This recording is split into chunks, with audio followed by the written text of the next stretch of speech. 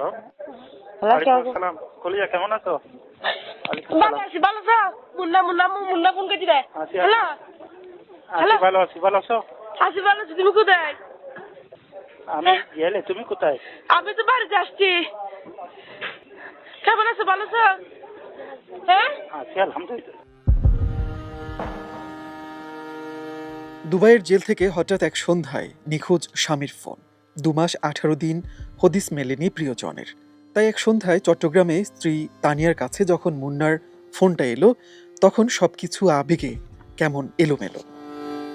খাবার দাবার কিরকম? হ্যাঁ হ্যাঁ, আছি আলহামদুলিল্লাহ, ভালো আছি, সবকিছু ভালো আছে। এখানে আমি একা না, আরো আছে মানুষ, সব বাংলাদেশি। এখানে কোনো কষ্ট নেই। এতদিন টেনশন করিও না,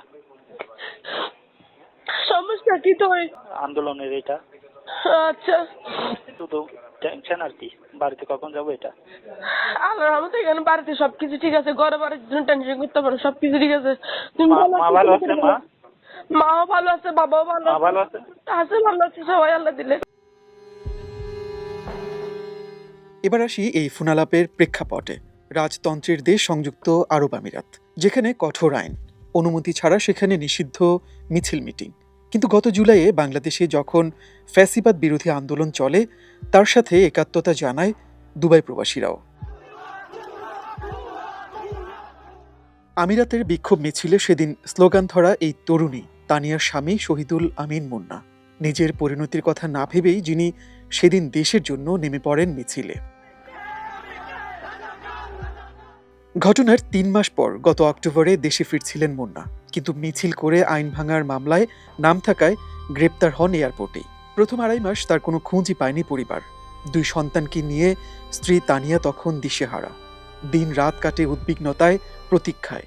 মানে এক পর্যায়ে সবাই ধরে নিচ্ছে যে উনি মৃত, যেহেতু ওনাকে মানে অনেক তন্ন তন্ন করে খোঁজা হয়েছে। এখানে পুলিশ বলেন, সব জায়গায় গেছে, থানায় বলেন, হসপিটাল বলেন, সব জায়গাতে গেছে। কিন্তু ওনারা বলতেছে এই নামের কোনো মানুষ নেই, এ ধরনের কোনো মানুষই আমাদের কাছে আসে না, বা এ ধরনের কোনো মানুষই গ্রেফতারই হয় নাই। যদি বলতো যে হ্যাঁ ওনাকে গ্রেফতার করা হয়েছে বা উনি আমাদের হেফাজতে আছে, তাও মনটার একটু সান্ত্বনা দিতে পারতাম। কিন্তু ওনারা ওই মুহূর্তে বলতেছে যে এই নামের কেউ নাই আমাদের কাছে।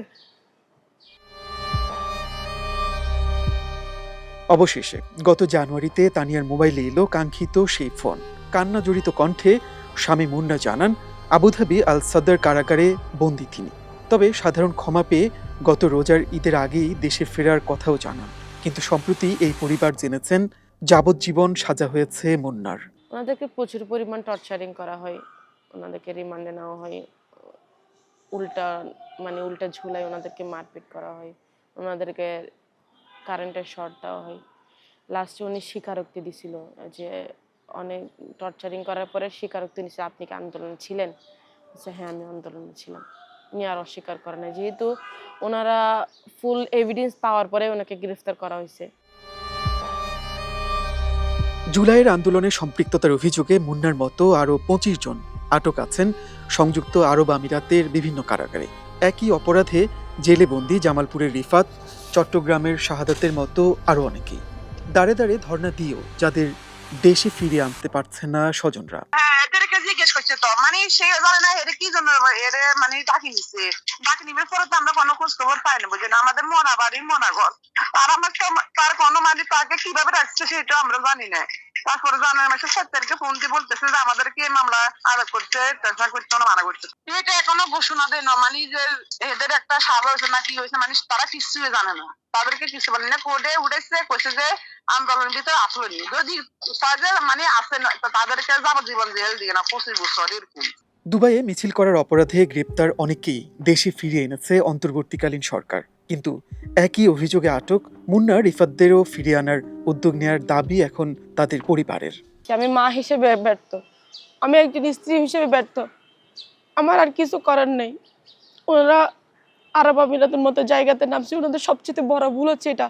আমার ছেলে ইংলিশ মিডিয়ামে পড়ে আল কোরআন একাডেমিতে। তো বলছে আম্মু সবাই স্কুল যাচ্ছে, ও রেডি হয়ে বসে থাকে, আম্মু আমি স্কুলে যাব না।